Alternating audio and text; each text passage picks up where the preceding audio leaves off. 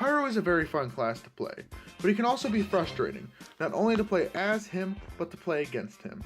The way his base primary and base secondary function forces Pyro to be an in-your-face, close-quarters combat expert. This can be frustrating for newer players who are getting sniped or killed at long ranges before they can even deal significant damage. And it can also be frustrating to fight a good Pyro because once they take you by surprise and get you in close range, it is an uphill battle to fight them. This is of course given Pyro a bad reputation as being a free-to-play class that takes no skill, and while in some instances he can be cheap, his class as a whole provides a much needed aspect of Team Fortress 2 that the game would be lacking if he wasn't in the game. We are going to start with one of the most important things you will ever need to learn when playing Pyro, and that is engagement time. Engagement time, explained simply, is the amount of time you are engaged with an enemy.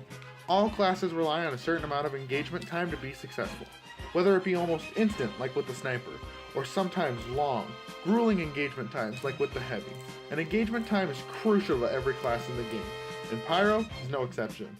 As I have found in my own games, the shorter my engagement times, the better. Now, that's not saying that a longer engagement time isn't necessary when playing Pyro, but I have found he succeeds the most with a shorter engagement time. Your goal should be about 5 to 6 seconds. This gives you enough time to deal damage, get the kill, or harass or distract, depending on what your team needs, and run away to get health or to go back to the flanks. This is why Pyro's health is 175, giving him just enough health to hit and run.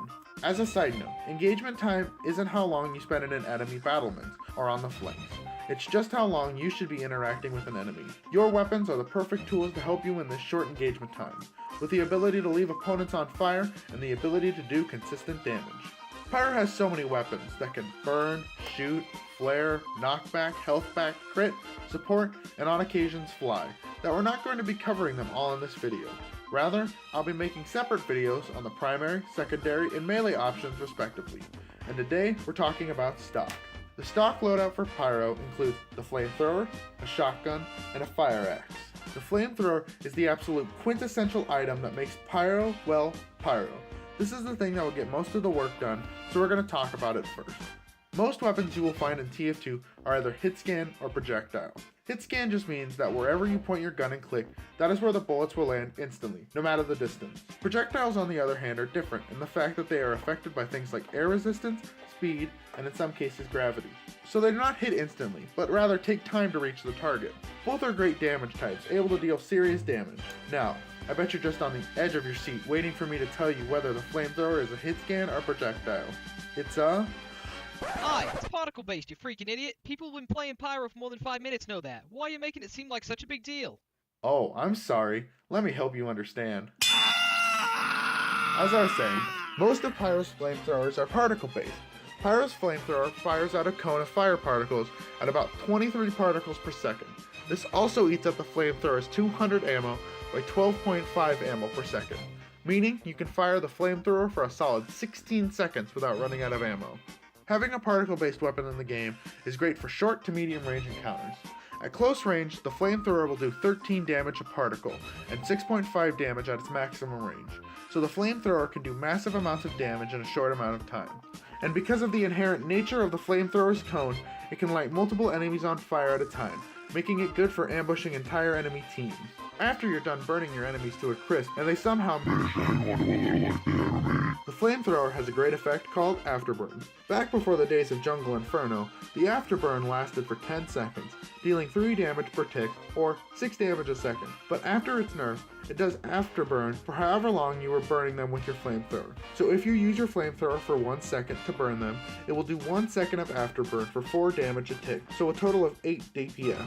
But luckily, they ain't nerf Afterburn so hard, and you're always guaranteed 3 seconds of Afterburn minimum, with a maximum of 10 seconds. So, with the max amount of Afterburn time, the damage will cap out at 80 damage, and with mini crits, it maxes out to 100 damage. Meaning, if you're engaged with a light class, like Scout, you can deal some damage with the flamethrower, and if you need to, retreat. The Afterburn should finish him off, depending on however long you were engaged with him. Pyro's flamethrower is also equipped with a handy-dandy tool called Air Blast. This is one of the strongest things Pyro can do with the flamethrower. It has many uses in-game, but I'll cover the 3 main uses. Extinguishing friendly teammates. If the opposing team also has a Pyro and is inflicting your team with the warm glow of fire. You can prevent them from dying with a single click of mouse 2. After you extinguish your teammates, they will no longer be inflicted with afterburn, and it will also give you a nice 20 health. Make sure you always extinguish your teammates, but also make sure you're not wasting ammo, because Air Blast does cost 20 ammo to fire after all. If your teammate is on fire, but you are near a health pack, or the enemy Pyro didn't engage the teammate for that long, then you don't need to waste the ammo, but keep an eye on that friendly player, so that if they need your assistance you can go over and help them. This rule is overturned by the medic, which used to always extinguish no matter the health or however long they were engaged with the Pyro. This is so the medic can stay at the highest health possible, keeping you and your team alive longer. The second thing you can do with Air Blast is pushing enemy players back. That's right, you can push enemy players back. This has so many different uses. If you need some distance between you and an enemy, you can push them back so you can get away a lot easier. You can also push enemies off a point or a cliff to get the advantage or get a kill. You can also deny Uber charges by pushing the Uber pair away from the point or pushing the medic or his target out of range of his medigun so the Uber wears off on the main damage dealer. The Air Blast can also be used as an aerial denial tool by blocking enemies out of a room or off of a capture point. Air Blast is also handy if you want to control the distance between you and your enemy. The Air Blast also makes the target have less air control, making it easier to set up combos. The last and arguably most powerful thing is reflecting projectiles. You can reflect every rocket from every rocket launcher in the game, every pill from every grenade launcher in the game, sentry rockets, sticky bombs, baseballs, flares, liquids, arrows, healing bolts, repair bolts, cleavers, and the newest addition, the fireballs from the Dragon's Fury. Except for a couple exceptions, the sticky bombs, every reflected projectile acts like it was fired from the Pyro himself. So if he reflects a rocket at his feet, he will take damage, but his team won't. And if he reflects it at an enemy, it will deal mini-crit damage. The effects of the projectile will also carry over when it is reflected. So if a black box rocket is reflected and it hits an enemy, it will give you health back. Or, if you reflect the repair bolt from the rescue ranger, it will heal friendly buildings you hit with it. Same goes for the Crusader's crossbow bolt being able to heal allies. All in all, the flamethrower is one of the most powerful and useful weapons in the entire game. I know that seems like quite a lot of information for just one weapon, but the other stock weapons for Pyro are a lot more straightforward. Let's move on to a secondary weapon, the shotgun. The shotgun, while not having the utility of the flamethrower, still packs a devastating punch.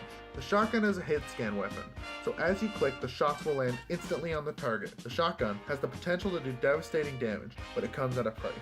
When I said Pyro was a close quarters combat expert, I wasn't kidding. The shotgun is, well, a shotgun, so the bullets spread and the damage falls off. Bullet spread is self-explanatory, but damage fall off just means that the farther away the target is, the less damage the shotgun will do. So the shotgun does the best at close to medium range. The shotgun fires 10 pellets at a time every 0.6 seconds, and these pellets hurt bad. At maximum damage ramp up, it does 9 damage a pellet. The base damage is 6 damage per pellet, and the maximum damage fall off it does is 3 damage per pellet. That calculates to, at point blank range, it will do 9 to 90 damage. At medium range, it does 6 to 60 damage. At long range, it does 3 to 30 damage. As you can see, the shotgun excels at short range combat, but it isn't a substitute for your flamethrower. You should be using your shotgun as either a way to deal damage when you're out of range of your flamethrower, using it as a backup weapon when your flamethrower is out of ammo, or as a retreating weapon when you need to get out of danger. The shotgun is a really good choice if you want consistency in your shots and a good damage dealer by your side. The shotgun is a great choice for running into battle with any flamethrower because of the immense damage it can deal at short or medium range, and it can be a great backup weapon. Now, we're going to move on to Pyro's greatest weapon. The weapon to end all weapons. The end all be all, the... We're talking about the stock fire axe.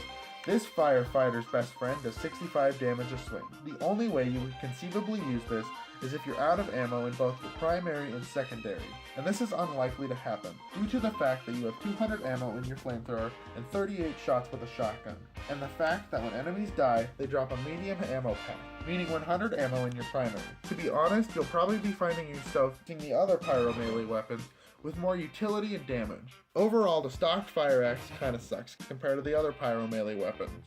Well, that's the basics of how to play Pyro. In the next episode, I'm going into detail about the other Pyro flamethrowers. Thank you so much for watching, but unfortunately, it's time for Onion to go back in the slow cooker. So until next time, bye.